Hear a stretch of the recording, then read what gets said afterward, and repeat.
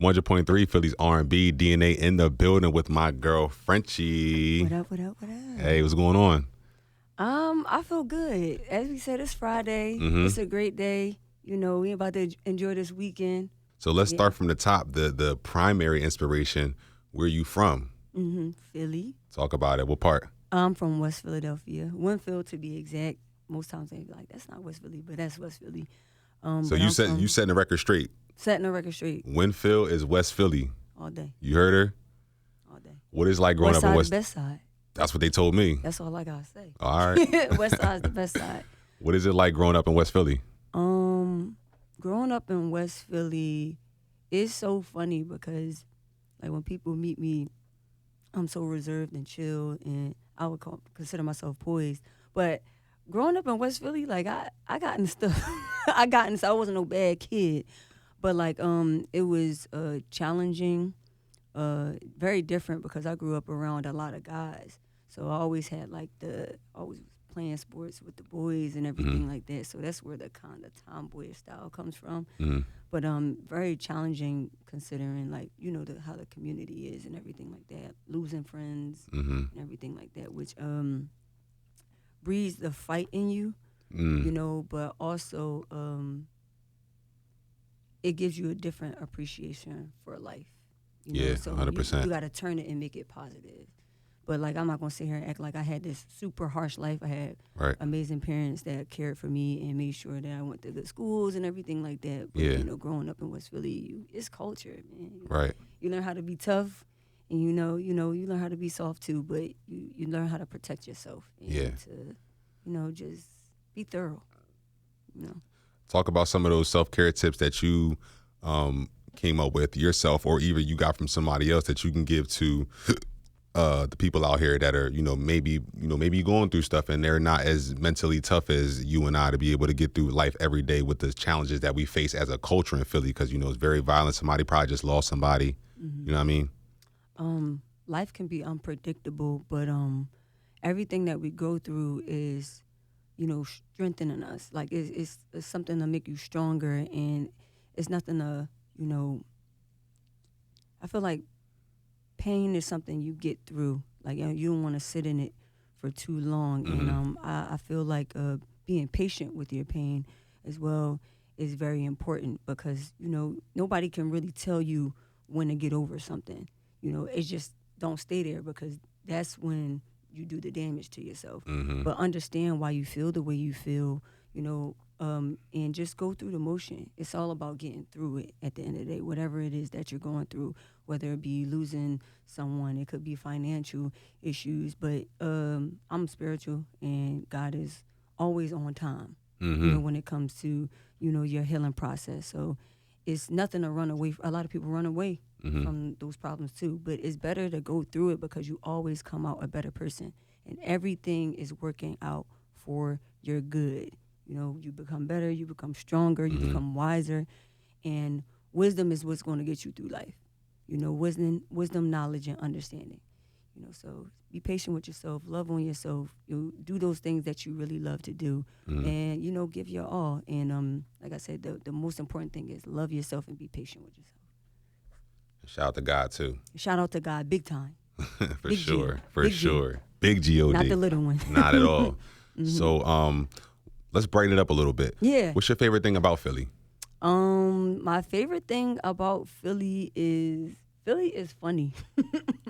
I feel like we can make we can make a joke out of anything. Remember when the I-95 had broke down? The first thing, it was jokes. This was before we had found out anybody passed away. God rest his the man's soul. But they was just big, and it was just jokes. Remember they put the little what was that called? The race car track. They was like it's fixed now.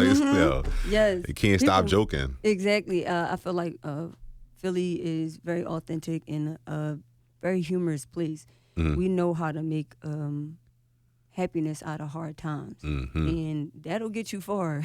Definitely. Because sometimes, like, things can get really, really, really, really heavy, but if you can find the joy in it, like, it's that much easier to get through. So that's my favorite thing. So where do you take your tourist friends? Frenchie, I just came into town. You showing me around in the city for the weekend. Where we going? where would I take them? If it's events going on, we hitting some events. Right. Like depending on we gonna hit events because it's all I know so many DJs, so many people that throw events. Like Right. we gonna hit some events, and we gotta. Of course, you always gotta take them to South Street. Okay. You know, South Street is a You given. gotta make them go to South Street. Of course, you hit typical downtown, and if it's anything that they ever thought about wanting to do, like you take them wherever. I don't know. I can't really. My friends that have come down, we really go everywhere. Well, I'm hungry, so where am I going to eat at now? It's all right now. All right, give me top 3. It's too much eating. Nah, I don't have a top 3 because there's constantly new restaurants. So it's 5, 10? What we got? It's a lot of eatery out here, especially West Philly. Where do you spend the most money at? Different places. Like if I work near South Street, so it's a place called I think it's Wolf's Taco, and that's down South Street. I love eating there if I'm down South Street. But then it's so many different restaurants that I go to. Like I can't just sit there and just name 2. Right. It's too many here. You might one day I might want tacos, the next day you might find me at Nourish. Like right. Exactly. So so it's so much eatery here. Like it would be hard. Like I would just be like, what do you have a taste for? And then we could go find that. It's just good food in Philly. There is good food in Philly. Like if you come here and you don't experience good food, you weren't with the right person. Seriously, I mean that from the heart. So we got good food and great music. Great music provided by you and a plethora of other people in this city that's doing a lot right now, right? Amazing artists. But you are sitting here in front of me with beautiful music that you created. I want to get into this latest and greatest, but let's start from the top. What inspired you to make your first song? What inspires you to pick up the pen? Well, I've been singing since since a kid. My mom she had me on the choir. I would sing on the adult choir. She just would hide me in the back. But like my mom always had me singing in the cars and stuff like that. So my love for music was going to be there. My dad's a guitarist. He done played for Kool and the Gang, etc. So that music background was already right there. As far as like writing music, it was just I just gotta say God, because my mother a few years ago gave me a old composition book from middle school, and it was songs in there, and I'm just like, this is some of the stuff that I say now. Like, what was I talking about at like 7 years old, talking about some love? Like, what was I doing? But so writing music, the love just came because I just love writing. As far as like if there was any artist that inspired me, heavy Lauryn Hill, heavy Aaliyah. I can hear it. Heavy Janet. A lot of the like Mayas and stuff like that. Like I was inspired by all those girls, like all those women, coming up. But the most was Lauryn Hill. Brandy is one of my favorite. Lauryn Hill, Brandy, Aaliyah. My top. They're the 3 that really made me want to be an artist because I could see myself in each one of them.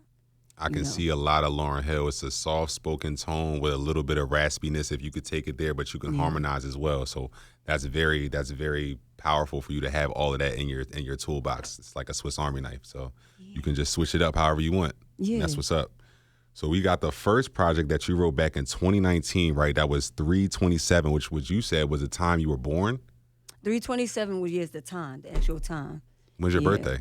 My birthday is January 8th. Okay. Yeah, but the time, I just asked my dad one day, like, what time was I born?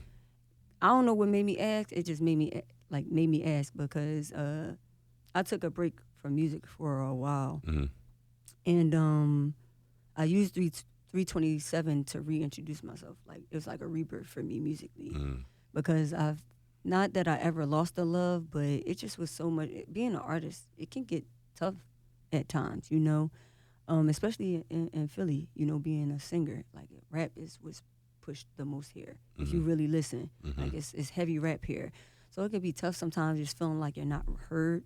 So I just decided, it was 2018 when I decided, like, you know what? forget all that. I'm gonna just push for me because it's what I love to do. Mm-hmm. And 327 just happened to be the name because it was my rebirth. It was me stepping back into what I love to do. Right. Yeah. And then everything that you just said now culminated into 2 years later, we now have the pandemic. Mm-hmm. And in September of that year, you released the second EP, It's Yeah. All Love. Mm-hmm. So can you talk about where that came from? It's All Love came because during the pandemic, well, before the pandemic hit, I was on a run. I was doing so many shows. Mm-hmm. I was like, oh, this is getting good. The pandemic hit. And it was like, oh, no. Mm-hmm. But I was like, in the midst of it, like, the beauty of it was like, dang, but I wanted to, work on some more music. So I just did it. And everything that I just started to record just had a lot to do with love. Right. So it just was like, we're going to name this It's All Love just because I'm talking about the good parts. I'm talking about the bad parts. Mm-hmm.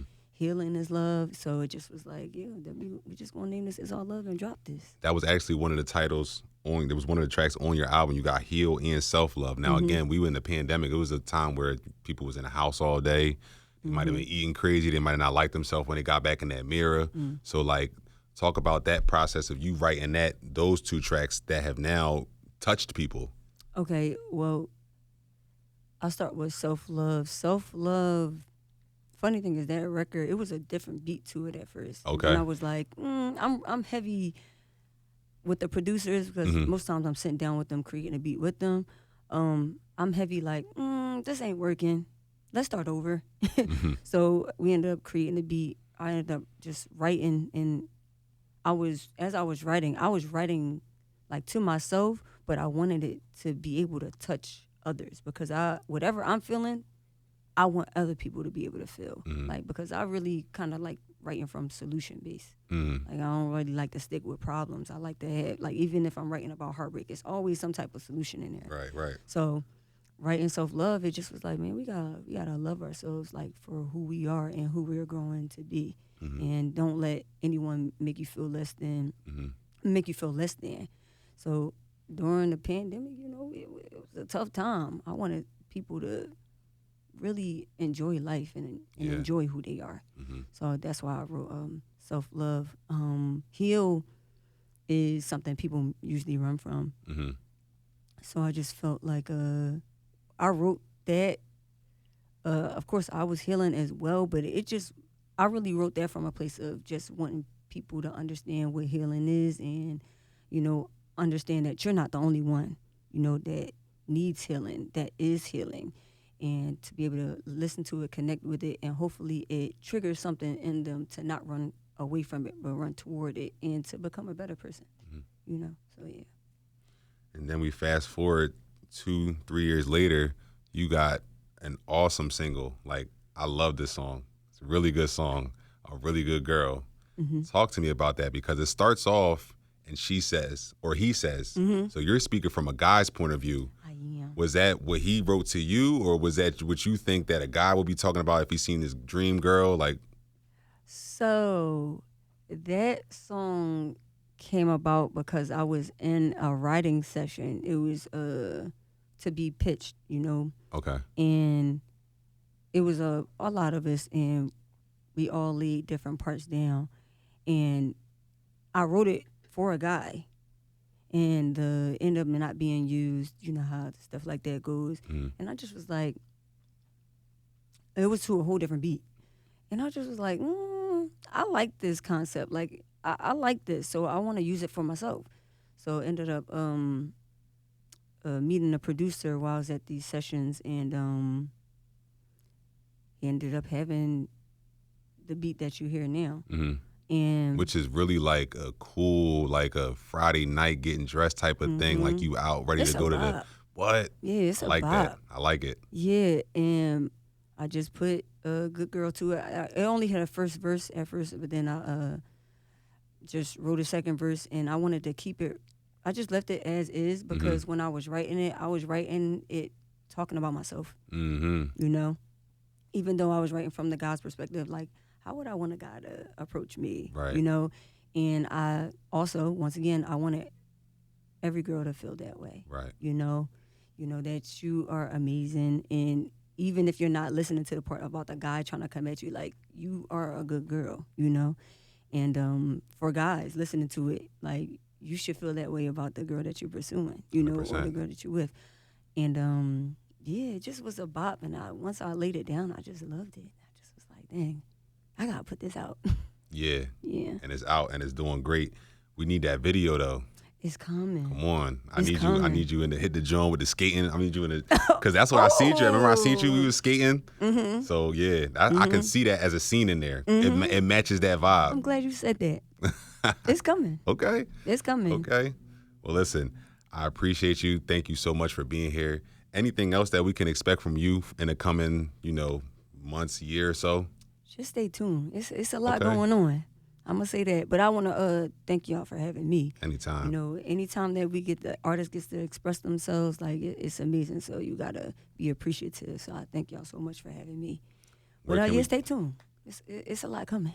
Where can we follow you at on the socials? You can follow me on all social media at JUSTFRENCHIE, just Frenchie. That's me. Frenchie, I appreciate you. Thank you. DNA, Frenchie 100.3, Phillies R&B. We out of here.